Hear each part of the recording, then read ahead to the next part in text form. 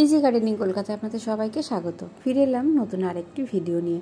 তো আগের দিন ছাদ বাগান থেকে তুলেছিলাম পাট শাক, বেশ অনেকটা পরিমাণে পাট শাক তুলেছি।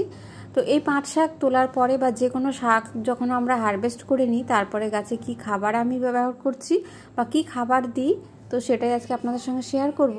আর আজকে আবার ছাদ বাগান থেকে কী শাক তুলবো সেটাও কিন্তু আপনাদেরকে দেখাবো। তো ছাদ বাগানে অর্গানিক শাক যদি আমাদের খেতে হয়, তাহলে কিন্তু যদি গাছের একটু যত্ন আমরা করতে পারি, তাহলে কিন্তু প্রচুর পরিমাণে একই গাছ থেকে প্রচুর বার কিন্তু শাক খাওয়া যায়। এটাই আজকে আপনাদেরকে দেখাবো কি খাবার দিচ্ছি। একদম ঘরোয়া পদ্ধতিতে বাড়িতে থাকা জিনিসই কিন্তু ছাদ বাগানে ব্যবহার করে কত সুন্দর রেজাল্ট আমি পাচ্ছি, সেটাই কিন্তু আপনাদেরকে বারবার আপনাদের সঙ্গে তুলে ধরার চেষ্টা করি।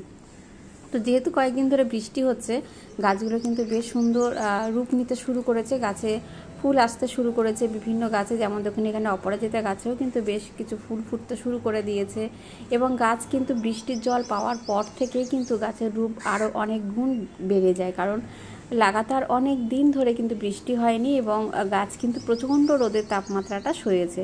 তো এখন যেহেতু কদিন 3-4 দিন ধরে বেশ একটা ঠান্ডা ঠান্ডা ওয়েদার, কখনো মেঘলা আকাশ কখনো বৃষ্টি হচ্ছে একটু, তো এর জন্য কিন্তু গাছের রূপ কিন্তু অনেক গুণ চেঞ্জ হয়ে যায়। তো যেহেতু আবার আরেকটা দিকও খেয়াল রাখতে হবে, সেটা হচ্ছে যেহেতু এখন মেঘলা মেঘলা ওয়েদার, এই সময় কিন্তু পোকামাকড়ে ডিম পাড়ে বা বিভিন্ন রকম পোকামাকড়ে আক্রমণ কিন্তু হয়। তো তার জন্য আমাদেরকে কিন্তু যে কোনো অর্গানিক পেস্টিসাইড কিন্তু আমরা গাছে ব্যবহার করব। তো ছাদ বাগানে কীরকম ফুল ফুটছে সেটা একটু এক ঝলক আপনাদেরকে একটু দেখিয়ে দিই। আর অবশ্যই কিন্তু এই বৃষ্টি যেহেতু শুরু হয়েছে, কোনো গাছের গোড়ায় জল জমে থাকছে কিনা সেটাও কিন্তু ভীষণভাবে নজর দিতে হবে, যেন কোনো গাছের গোড়ায় জল জমে না থাকে। আর এই গাছটা তো কি বলবো, এত ফুল হয়ে আছে যে সেই কবে থেকে গাছে ফুল হচ্ছে। তো আগের দিন যেহেতু পাট শাকটা তুলে নিয়েছি, তো গাছে খাবার দেওয়া হয়নি, আর তারপর হচ্ছে বৃষ্টি হচ্ছে, তো আমি চলে এসেছি এখন গাছে খাবার দেবো। তো তার জন্য আমি যেটা নিয়ে এসেছি দেখুন, রান্নাঘর থেকে বাটি করে নিয়ে চলে এসেছি একটু চা পাতা, যেটা কিন্তু ব্যবহার করা নয়। তো এই চা পাতাটাই আমি গাছের গোড়ায় দিচ্ছি, আর তার সঙ্গে সামান্য একটু হলুদ গুঁড়ো মিশিয়ে নিয়েছি, কারণ যেহেতু বৃষ্টি হচ্ছে, মেঘলা ওয়েদার, এই সময় যেটা বললাম যে পোকামাকড়ের আক্রমণটা একটু বেশি হয়।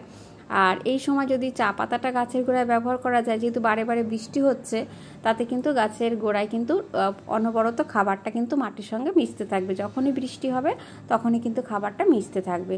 তো আমি যেহেতু একটু বেশি লিকুইড খাবার ব্যবহার করি, তো যেহেতু বৃষ্টি হচ্ছে বলে কিন্তু এখন আর লিকুইডটা দিলাম না, আমি কিন্তু একদম ডাস্ট চা পাতাটা গাছের গোড়ায় ব্যবহার করছি। এখানে রয়েছে ঢ্যাঁড়স গাছ। তো এখানে দেখুন পাশাপাশি দুটো ঢ্যাঁড়স গাছ আছে, যার কিন্তু একটার পাতা কিন্তু দেখুন একটু হলুদ হলুদ হয়ে গেছে। তো এই হলুদ হলুদ হয়ে যাওয়ার কারণ হচ্ছে কিন্তু গাছের গোড়ায় খাবারের ঘাটতি আছে, সেই কারণে। তো সেই জন্য আরও বিশেষ করে চা পাতাগুলো দিয়ে দিলাম। যে খাবারে নাইট্রোজেন বেশি আছে সেই খাবারগুলোই কিন্তু শাকের গাছে আমাদেরকে দিতে হবে। আর যেই গাছে আমরা ফুল ফল চাইছি সেই গাছে কিন্তু যেমন নাইট্রোজেন জাতীয় খাবার দেবো, তার সঙ্গে সঙ্গে কিন্তু ফসফরাস বা ক্যালসিয়াম জাতীয় বা পটাশিয়াম জাতীয় খাবার কিন্তু আমাদেরকে দিতে হবে গাছকে সুস্থ রাখতে গেলে, বা লাগাতার যদি আমরা গাছে ফল পেতে চাই।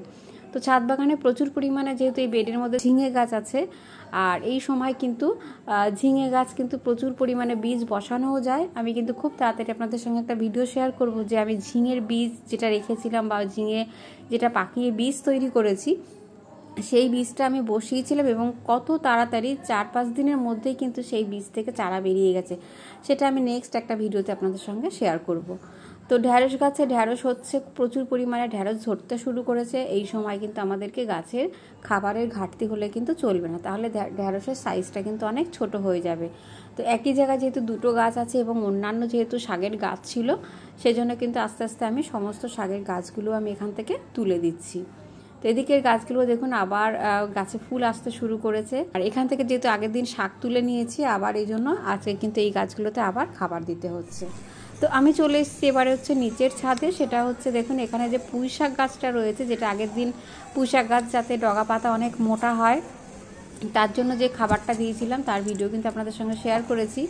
আর আজকে আমি পুঁই শাকটা কেটে নিচ্ছি, কারণ হচ্ছে যেহেতু অনেক পুঁই শাকের গাছ আছে, তো আমার গ্রো ব্যাগ দরকার, তার সাথে সাথে বেশ কিছুটা মাটিরও দরকার। তো সেই জন্য দেখলাম যে একমাত্র এই দুটো জায়গা আছে যার মধ্যে মাটিটা রয়েছে এবং শুধুমাত্র পুঁই শাক রয়েছে। তো সেই জন্য আমি আজকে পুঁই শাকটা কেটে নেব।